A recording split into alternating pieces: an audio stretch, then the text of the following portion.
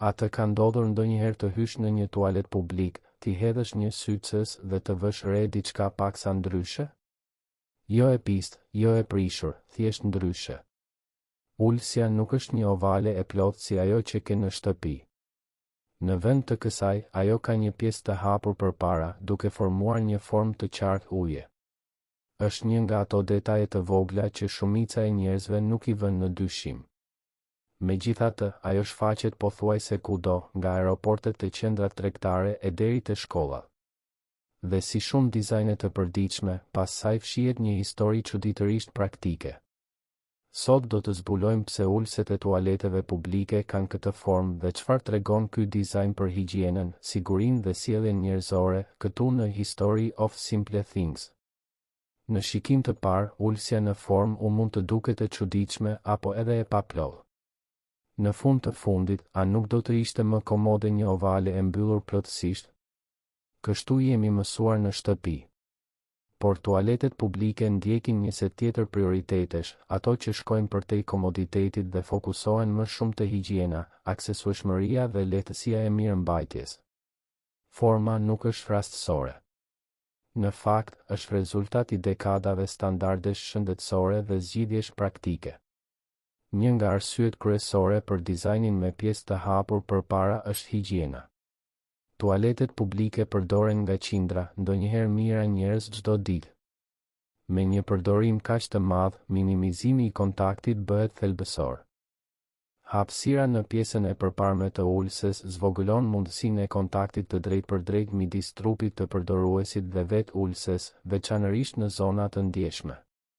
Kjo hapje e vogël ndihmon në parandalimin e prekjes aksidentale, duke ulur rrezikun e përhapjes së baktereve ose mikrobeve nga një përdorues te tjetri. Është një detaj i vogël, por bën ndryshim. Në një ulëse të mbyllur plotësisht, ka më shumë mundësi që lëkura të vijë në kontakt me pjesën e përparme, sidomos në varësi të pozicionit ose lëvizjes. Duke e hequr plotësisht atë pjesë, dizajni e eliminon problemin në vend që të përpiqet ta menaxhojë. Është një zgjidhje e thjeshtë që pasqyron një parim më të gjerë të shëndetit publik. Ndonjëherë, mënyra më e mirë për të ulur rrezikun është ta eliminosh mundësinë që ai të ndodhë. Një faktor tjetër i rëndësishëm është pastërtia, konkretisht lehtësia për ta mbajtur ulësen të pastër midis përdorimeve. Tualetet publike nuk pastrohen pas çdo personi, kështu që dizajni duhet të ndihmojë në ruajtjen e një niveli bazë higjiene edhe ndërmjet pastrimeve. Pjesa e hapur përpara lejon pastrim më të lehtë dhe zvogëlon zonat ku mund të grumbullohen papastërti, lagështi apo mbetje. Personeli i pastrimit mund të punojë më shpejt dhe më efektivisht, gjë që është thelbësore në ambiente me shumë qarkullim, ku koha dhe efikasiteti kanë rëndësi. Por përfitimet nuk mbarojnë këtu. Forma u ndihmon gjithashtu në reduktimin e rrëmujës, veçanërisht për përdoruesit që nuk ulen plotësisht. Në shumë tualete publike, disa njerëz zgjedhin të qëndrojnë pak të ngritur në vend që të ulen, sidomos kur janë të shqetësuar për pastërtinë. Edhe pse kjo sjellje shpesh e përkeqëson situatën, dizajni me pjesë të hapur ndihmon në zbutjen e disa prej këtyre problemeve duke ofruar më shumë hapësirë dhe duke ulur mundësinë e kontaktit me ulësen. Ekziston gjithashtu një konsiderat për lloje të ndryshme trupash dhe nevojash. Dizajni i hapur ofron më shumë fleksibilitet dhe aksesueshmëri, sidomos për njerëzit me sfida të caktuara lëvizshmërie. Ai mund ta bëjë pozicionimin më të lehtë dhe më komod në situata ku një ulëse e mbyllur mund të duket kufizuese. Edhe pse mund të duket një ndryshim i vogël, zgjedhje të tilla dizajni mund të kenë një ndikim të rëndësishëm në përdorshmëri për shumë njerëz. Interesant është fakti që ky dizajn nuk është thjesht një sugjerim. Në disa vende, ai është pjesë e udhëzimeve zyrtare.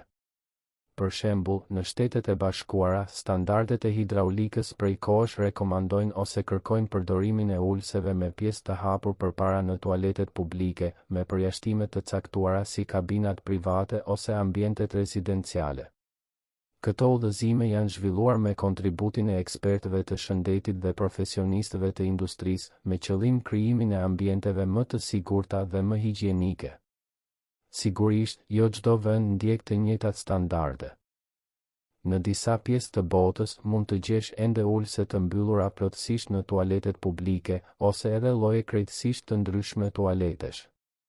Preferencat kulturore, infrastruktura dhe rregulloret lokale luajnë rol në formësimin e dizajnit të tualeteve.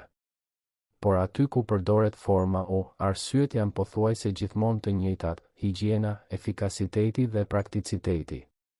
Ka edhe një aspekt psikologjik për të marrë në konsideratë. Tualetet publike mund të duken tashmë të pakëndshme ose të sikletshme për shumë njerëz.